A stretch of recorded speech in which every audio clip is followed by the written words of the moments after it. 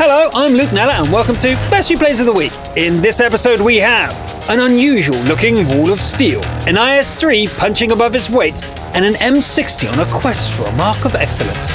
Let's take a look.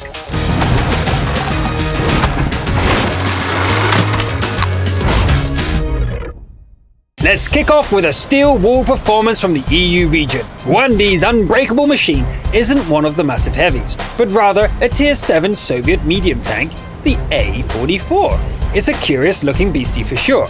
Its strongest bit of armor is a 150mm thick belt on the front glacis. Gwandi heads out into the Windstrom, far ahead of the pack. A tiger rolls down the street to test the strength of our unusual steel wall. It's not a promising start. The second shot does bounce off Gwandi, but Gwandi prefers to warm up with an easier machine. Okay, let's try again with the Tiger. A rear-mounted turret is great for side scraping. This is too frustrating for the German feline, which decides to leave the fight. That suits the quick and agile A-44 just fine, of course. It's much easier to kill the heavy from behind after all. The rest of the team are doing terribly. Just tanking a lot of shots isn't going to be enough to win this one. Nice ollie there. Too bad there isn't a rail to do a grind on. Gwandi bounces a shot off a Chi-Nu-Kai before taking out a cheeky artillery piece. This Sport KV's toy gun is no threat.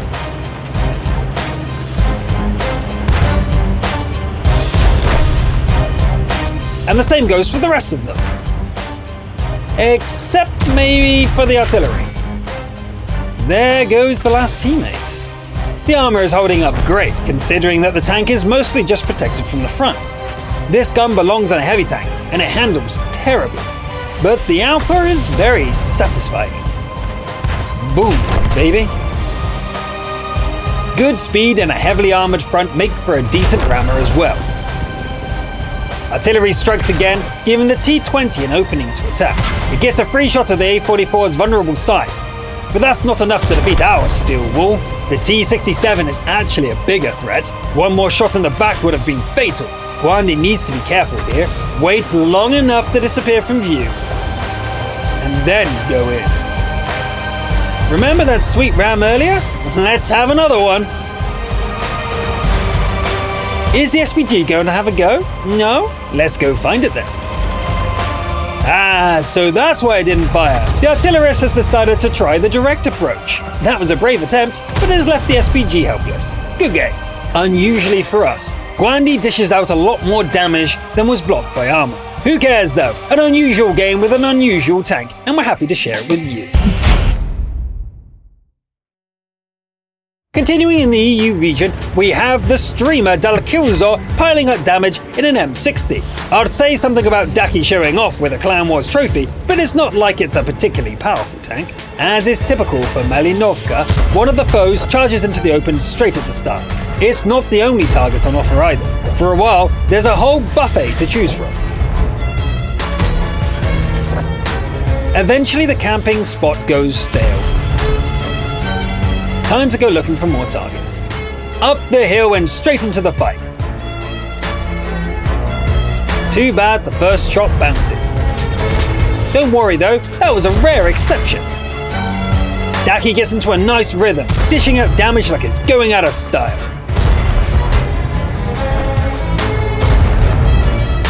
A T-57 attempts to slip behind the friendlies, but it won't be allowed to. The chaotic melee takes its toll on the M60. But the T-57 gets utterly wrecked. Holding the Reds back is a team effort, but Daki is doing a lion's share of the damage. The question is, can the M60 survive this fight? It's a large, poorly armored barn of a tank. Suddenly, the red team starts to collapse. Attack! This E-75 seems invulnerable, as shot after shot bounces off. Until one doesn't. The remaining foes are still singing camp songs at the base. Daki lines up a shot and runs straight into a boulder. Ouch. It's okay though, everyone was wearing seatbelts. As you can see, the gunner didn't suffer any ill effects. Down goes the Type 5 Heavy. The last foe gives up the ghost before Daki can so much aim for it. Game over. Just 4 kills, but an impressive 10,800 points of damage. That should help Dalkilzor in the quest for that third mark of excellence. Good luck! Now let's hop over to the American region for a defender game by Vladimir Leman. Vladimir's tank is an E50, seen here at sunny El Haluf. Taking point, the E50 leads the pack to the northwestern choke point. The first pair of shots is enough to secure a kill. It's a nice start. Teammates should have this under control, so Vlad pushes on to the next choke point. There's a lot of steel to cut through here, and some of it cuts right back. It would be nice to pick up a couple more kills, but the defender is needed elsewhere.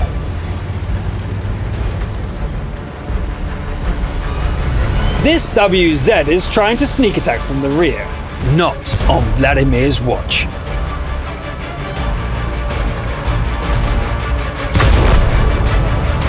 Unfortunately, the rest of the infiltrators prove more difficult to eradicate. There goes another one, but the damage is already done. The team is in dire trouble. Trading fire with the TVP wouldn't be a problem if it wasn't for the artillery. Vladimir executes a tactical redeployment, managing to stop on a cockroach on the second try. After an IS falls to a snapshot, the situation is starting to look much better. Vladimir goes on the hunt for the SPGs. A tortoise enters the capture circle, but the allies seem to have things under control again. Okay, maybe not. At least the IS-6 bought some time. There, that should help. The remaining teammate has joined in the hunt, but their style is a little suicidal. At least there's no need to hunt this thing down. Right, now let's get to the defender part. Tortoises are tough as nails, armed with guns which can easily finish the E50 off at this state. Vladimir makes good use of the slow encounter capture, driving all the way around the map, and it pays off. There's still almost half a minute to spare when the resup shot slams home. You probably noticed that the critical hit didn't do any actual damage. Our defender still needs to kill that thing. A second shot blows away a chunk of hit points. The tortoise decides to leave the circle, but exposing its side gives Vlad the opportunity to cut its trap. A repair kit gets it moving again, which earns it another hit to the trap. Now just get down from the mountain without breaking your own tank. And take it to Pound Town. Nicely done. Not only was it a good defender display, but Vladimir Leman racked up more damage than the rest of the team combined. Our next battle was fought over airfield on an EU server, where SM Skate Crew delivers a crucial contribution. Reworked matchmaking helps, but playing as a bottom tier heavy is still a difficult position. There are 3 top tier machines to worry about, 1 heavy and 2 tank destroyers. So naturally our champion runs smack into one right at the start. Taking a hit from it would really hurt, unless the big lump decides to fire HE for some reason. Weird. Teammates join in, ganking the massive heavy in seconds. Skate Crew moves on to skirmish with a KV-4 while looking for an opportunity to attack the Type 4 heavy. It takes quite a few tries, but the gunner does eventually find a weak spot on the rolling fortress. One more hit, and the beast has had enough. It tries to disengage, but others finish the job. Skate Crew circles around to get at the T-34, taking a shot from an S-tank along the way. Both of the remaining Tier 10s are here. Skate Crew lines up a shot, but the Swedish TD continues being a pest. Since it insists on dying first, the bigger foes will have to wait. And stay down. Now let's see about those top dogs. The Jagdpanzer E100 has a devastating cannon, but it can't kill what it can't hit. And when it loses its cool charging out of its fortress, its fate is sealed. It looks like the American Tier 10 is the last foe standing. Skate Crew goes for it, pulling back just in time to bounce a shell. The E4 legs it, possibly hoping to find an easier target. It won't get away, however. Our killer IS-3 will have its prey. I don't know if SM Skate Crew deliberately made it their business to take on the biggest foes, or it was just how it played out. Either way, impressive work. We have reached the finale, this time delivered by our top gun, Striker. The battleground is Pilsen, with a Type 62 administering the beatdown. Now that light tanks are tiered the same way as everything else, it's possible for them to kick much more rear plate. Armed as it is with an 85mm cannon, the Type's Alpha Strike isn't particularly impressive. but the damage per minute is excellent. After a couple more kills, the location dries up.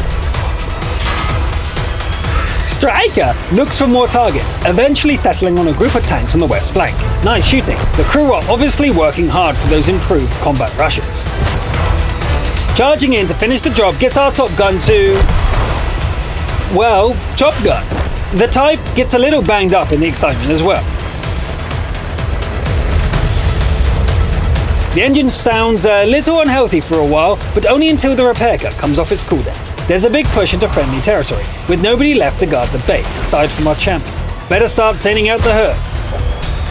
There's a brief capture warning, but it doesn't look like the opponents are serious about it. Striker disposes of a T-71 with a single quick shot, just in time before the next foe charges in. The WZ-131 is the type's more powerful, non-premium version. It's a tough fight, but our hero prevails one hit from death. The remaining teammates have been working on a capture. It's starting to look like they may even pull it off. It's a good effort, but their luck runs out. One of the cappers is felled by a Nashorn, which doesn't get to celebrate for long. Striker has time for a single shot before the last friendly dies in a 1v3 gank. Another shot brings the odds down, and anyway, they're just SPGs. A hasty shotgun attempt falls short, and a second SPG turns into a smoking wreck. The remaining foe manages to beat the reload, barely making it into cover. Still, how hard could it be? Striker hesitates at the last moment, looping around again before going in. The first shot misses, but reload is quick. Oh no!